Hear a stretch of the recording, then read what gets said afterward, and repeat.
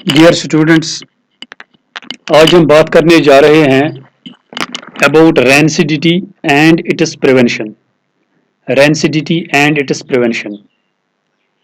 The definition of rancidity is when the foods prepared in fats or oils or foods containing fats or oils are kept for a long time.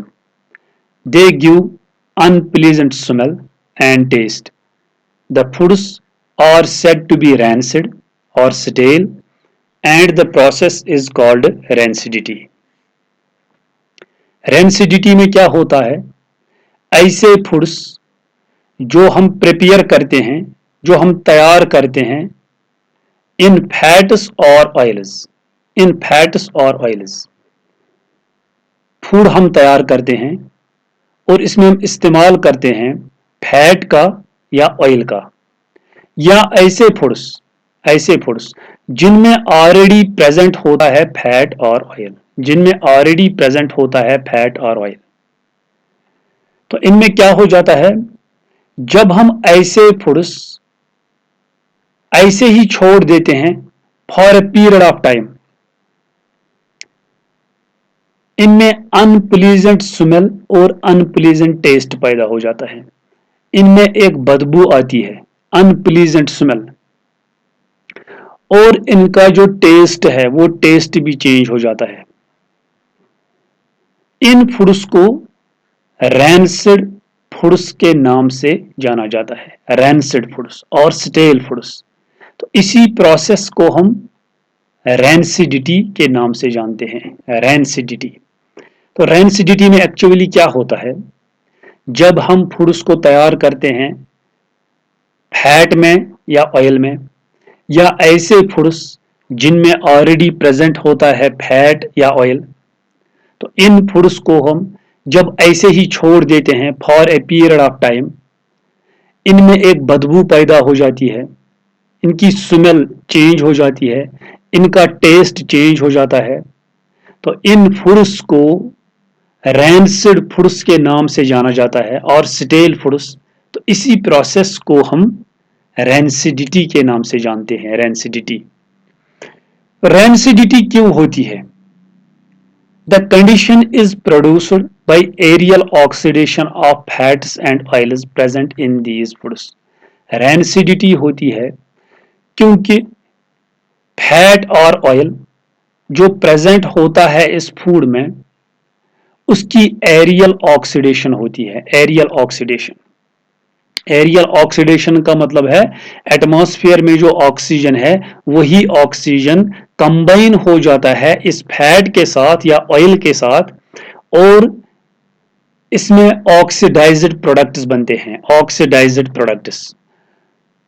तो ये जो oxidised products इसमें बनते हैं, वही oxidised products actually इसमें unpleasant smell पैदा करते हैं, अनप्लीजेंट स्मेल या unpleasant taste. Unpleasant smell and unpleasant taste जो इसमें पैदा होता है वो बेसिकली कहां से होता है? वो होता है जो इसमें ऑक्सीडाइज्ड प्रोडक्ट्स बनते हैं due to aerial oxidation of fats and oils. Fat और oil in food combines with oxygen from atmosphere to give rancid और stale food। तो ये फूड फिर अनफिट बन जाता है, अनफिट फॉर कंजप्शन, इसको हम इस्तेमाल नहीं कर सकते हैं फिर। तो यहां पे मैंने कुछ एग्जाम्पल्स ली हैं उन फूड्स की जिनमें रैंसिडिटी के चांसेस बहुत ज्यादा होते हैं।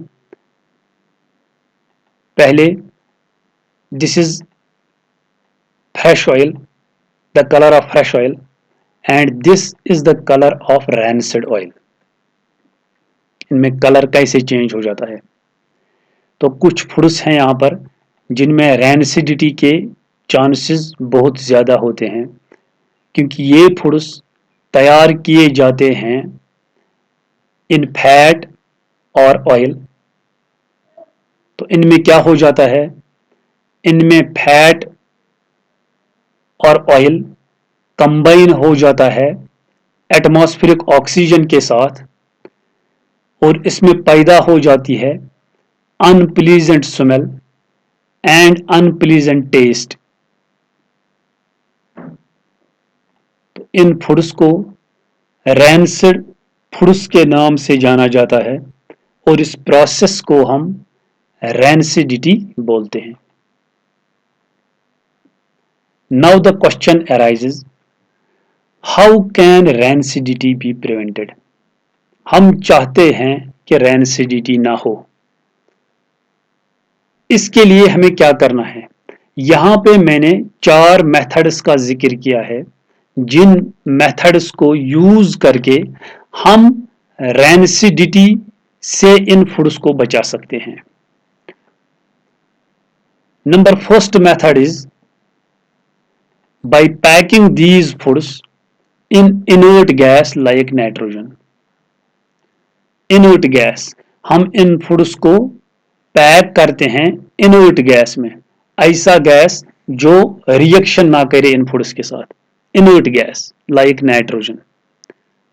नाइट्रोजन का इस्तेमाल होता है इन लेज पैकेट्स, जो पोटैटो चिप्स आते हैं मार्केट में, तो इन पोटैटो चिप्स को जब पैक किया जाता है, पैकिंग के दौरान ही इसमें नाइट्रोजन फ्लश किया जाता है, इनमें नाइट्रोजन भर दिया जाता है। ये जो गैस इसमें होता है इन पैकेट्स में, वो एक्चुअली क्या होता है, वो नाइट्रोजन होता है।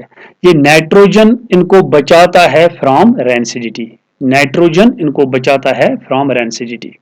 This is the first method of prevention of this rancidity. Number second method is by keeping these foods in refrigerator. हम इन फूड्स को बचा सकते हैं रैंसिडिटी से अगर हम इन फूड्स को क्या करेंगे, स्टोर करेंगे रेफ्रिजरेटर में।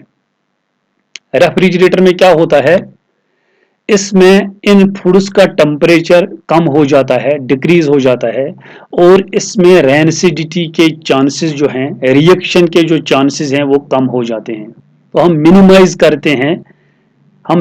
करते हैं इसमें जो रैंसिडिटी के चांसेस को। This is the second method. Number third is by storing these foods in air tight containers. हम इन फूड्स को स्टोर कर सकते हैं ऐसे कंटेनर्स में जिनमें एयर जो है वो अंदर दाखिल न हो सके। एयर टाइट कंटेनर्स, जिनका जो लिड होगा वो टाइट होगा और एयर अंदर दाखिल ना हो सके, ऐसे कंटेनर्स में जब हम इनको स्टोर करते हैं तो हम इन फूड्स को बचा सकते हैं bye reacting with the atmospheric oxygen. This is the third method of prevention of rancidity by storing these foods in airtight containers.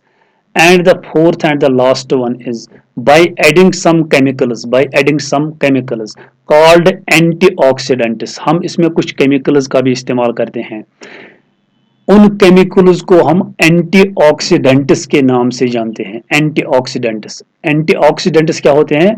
Antioxidants are the chemicals which prevent oxidation of fats and oils. Antioxidants are the chemicals which prevent oxidation of fats and oils. ये बचाते हैं इस food को from oxidation. यहाँ पे मैंने 2 antioxidants की example ली है। Number first one is this, it is BHA। Number second is this, it is BHT। BHA is butylated hydroxyanisole. एक केमिकल है। Number second one is BHT, it is butylated hydroxytoluene. तो ये भी एक chemical है। इन 2 chemicals का हम इस्तेमाल करते हैं क्योंकि इनमें एंटीऑक्सीडेंट प्रॉपर्टी है। ये फूड्स को बचाते हैं फ्रॉम ऑक्सीडेशन, ये फूड्स को बचाते हैं from rancidity. These are the 4 methods by which we can prevent rancidity.